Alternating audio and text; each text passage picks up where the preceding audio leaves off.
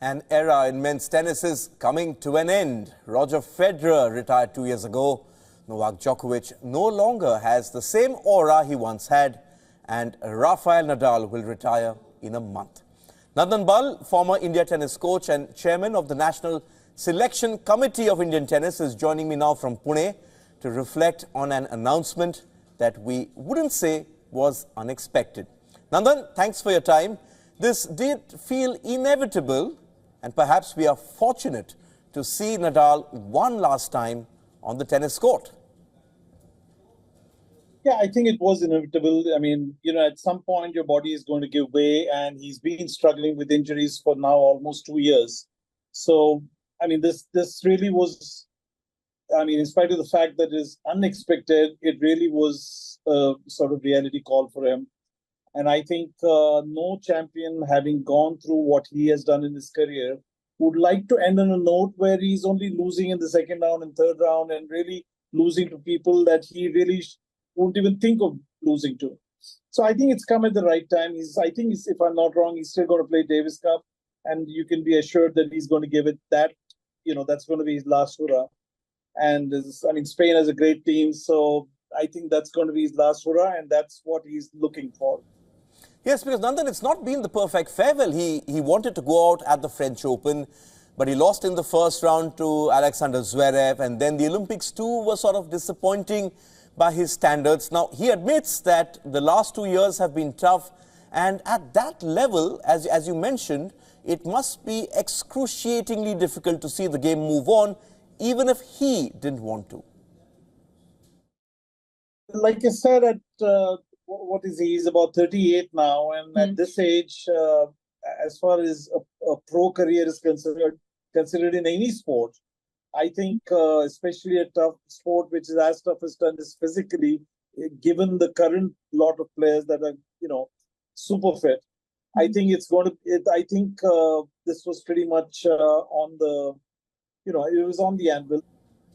Okay, Nandan, what for you will define Rafael Nadal's legacy?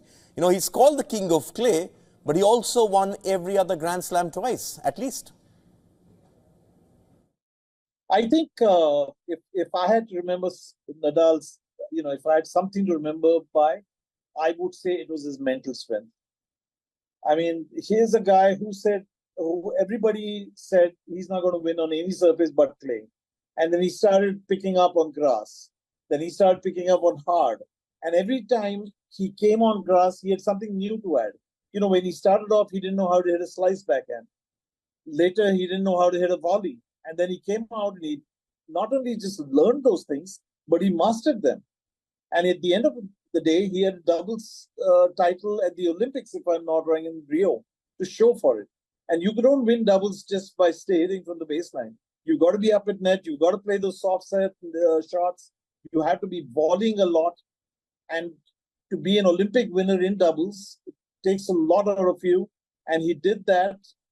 And with everyone at the beginning saying that he's only a one-dimensional, one-court player. So this couldn't have been done only by his physical prowess or his physical strength. It had to be his mental strength and his never say die attitude. Nandan, since you're reflecting on the Nadal transition, you saw Nadal before he became this all-time great when he played the Chennai Open in 2004. And then you saw his transition from being a man who ended Roger Federer's domination to a player who was sort of mentioned in the same breath as Federer. How did he transition, in a sense, to that status? Well, like I said, he came into, if I'm not wrong, he came into Chennai Open on a wild card, and he was recommended by Carlos Moya, who was his coach for the long time after that. And I think it was just basic work ethics. It was just basic work ethics and the fact that I need to succeed on any kind of surface. I need to overcome all odds, and I need to get to where I belong, which is at the top of the world. To add to that, his sense of fair play. You never saw him, you really never saw him arguing with an umpire. You never saw him fighting with somebody over something. You never saw him abuse. You never saw him throwing rackets. So that, I mean, that is the hallmark of a champion. You know, they're above all of that. They're above all of that. They're only concerned about their performance, and what they have is tremendous pride in their performance. And that's why they keep wanting to do better day in, day out. And that's what's taken them from 2004 to 2024. You know, it's amazing. You know, Nandan, it's interesting you mentioned fair play, because I said in a broadcast earlier today that this is perhaps the end of the romanticism in tennis. Federer and Nadal were right up there when it came to popularity. And while Djokovic will go down as the greatest winner in tennis, he doesn't come close to the popularity levels of Nadal and Federer.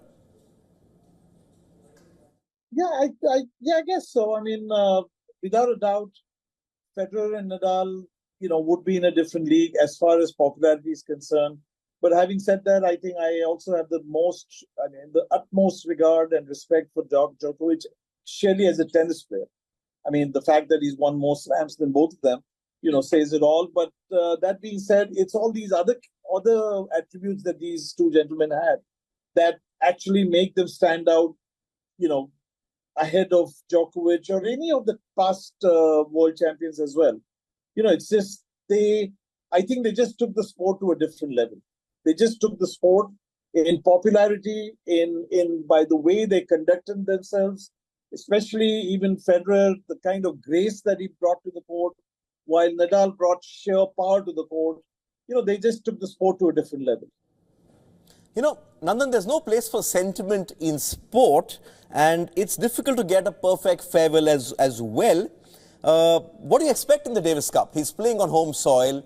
He's not the main act. That's Carlos Alcaraz as well. And perhaps we're going to see him mostly on doubles duty? Yeah, I think they will put him in the doubles. I think he will play with Carlos, and I think that is why they even teamed up at the Olympics, so that they could check it out and see how they matched. And I am almost certain that we will see him at playing at least the doubles. You mentioned the Olympics, Nandan. I was there at the Paris Olympics. I saw him lose, in fact, that match alongside Alcaraz. That wave at the end to the Philippe Chatrier faithful meant a lot at the time. And I don't see perhaps anyone coming close to the domination that he achieved on clay. Will that be a regret, do you think, the inability to go out on a high on his happy hunting ground? Sure. I mean, you know, you win a title on that court 14 times, and it's a world title, it's a Grand Slam, and then you go out on that court, whether it was the Olympics or the French Open earlier, there is going to be regret. But I don't think any of these champions would ever think in those terms. They would only think about the positive. They would only think about the fact that they changed world tennis. They're not going to be worried about a single match in their career where they lost early. Even it may be the last match of their career, but it happens to everybody. I mean, you had a case of Don Bradman, I think, getting out on 0 in the last match that he played. And so, that is sport. It can be very cruel sometimes. But that being said, there's no way you can take anything away from Nadal just because he lost in the first round of the final Grand Slam that he played. Okay, that's the perfect sum up. On that note, Nandan, thank you so much for your time and perspective. Perhaps all of us can write on our epitaphs that we were lucky to see Nadal, Federer and Djokovic play in the same generation. Sure, absolutely.